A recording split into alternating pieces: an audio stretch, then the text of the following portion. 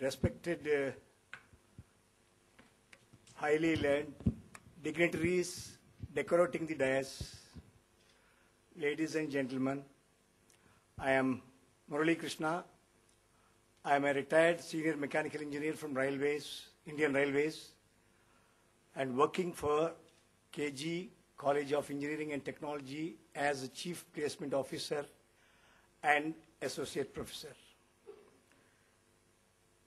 All the dignitaries have left nothing for me to talk about the subject. They have already spoken out everything. But I would like to emphasize about the quality and standardization of education, especially in engineering and management. See, the thing is, a housewife is a better engineer, a better planning engineer. She does all the things in time, exactly to the quantity required, exactly to the quality required. Otherwise, we all will blame the mother or sister or anybody, whoever so, for having prepared a bad food, qualityless. Similar way, an engineering college also prepares engineers. They got to maintain the quality at any cost. Why? Because a housewife, she knows how many members are there. She will not waste even a single piece of meal. Or anybody, even it will not be less. It will be exactly to the quantity required, with duly maintaining the quality. So the same thing as an engineering college, as a teamwork, we got to produce quality engineers to suit the requirement of the companies, whatever demanding for such engineers. The quality cannot be ignored, and there's no compromise for the quality. I'll just give you one small example. Suppose a quality engineer is available and he has been appointed as, take a railways, suppose since I am from railways, I say that he has been appointed as a works manager in railways. He is a quality engineer. He knows all the subjects and he is competent to handle the labor or supervisors, whatever you call it as, knowledge-wise and everything. So since at the age of 23 or 24, as a young person becoming a works manager will be a sword of eye to his juniors or assistants. So those people will have some kind of jealous. And they will say, yesterday's boy, he has become my boss. I have put up nearly 30 years of service. So like that, they try to humiliate him or try to put him down. So what he has to do is, he has to overcome all the things with his knowledge.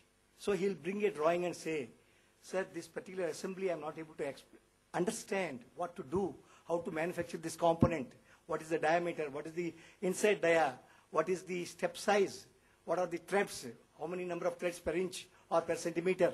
So all these questions he will put unnecessarily, only to exploit that young engineer, young works manager. So there he has to stand up to the challenge that he has given by his assistant. So he has to first say, you have put up 20, 25 years of service. How come you have the doubt now? How you have been managing it? First of all, with confidence, he has to ask him. Then he will get down a little. He'll go away. Then he will go on rounds, not immediately, after some time, go to him. Then he should not show his egoism also. As a works manager, go to him, attend to him, and ask him what is your doubt. And has to explain. Then next time, his assistant won't dare to come to him without his permission, and he will not leave the work spot. And whenever he comes on rounds, he is to stand up and say, oh, Saab aa raha hai. He's coming. Let me be careful. So even when he comes to his chamber also, he will knock the door and come inside.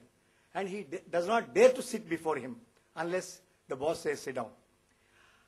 Had it been the other way round, if he does not know or if he does not have the knowledge of the job or the subject, he will come and say, sir, I have some doubt in this, what I should do. Then he will say, he's already in the tension, he doesn't know the job. Then his boss has already given him the ultimatum that by 5 o'clock the product should be ready. So he will be under some tension and he will say, then he will hold the beard, Babu, kaise bhi, you manage. So that is the weakest point of the works manager. So which the assistant gets to him. Then he will go, okay sir, today aaj samalunga main, don't worry. Then he will go away. Then when he goes on round, he will straight away go to him first. He will have his own doubt whether the product is ready or not. So when he goes to him for the second time, requesting him, since because he is not solid in knowledge, he is not competent in the knowledge, he is not competent in the work. So he will again request him, please get this man, my boss will fire me. I have to get this ready by 5 o'clock. Then he has surrendered now. Then tomorrow he will go to his room without asking, without knocking the door. Without asking his permission, he will sit there. Tomorrow he will demand for tea, cup of tea also. So like that, he has to surrender at all places, at all times, and he has no other way than to surrender. So this particular quality of education is important to gain knowledge, to command over the situation, to command over his juniors, his assistants, his workers, and to explain to them at the time when they need his guidance.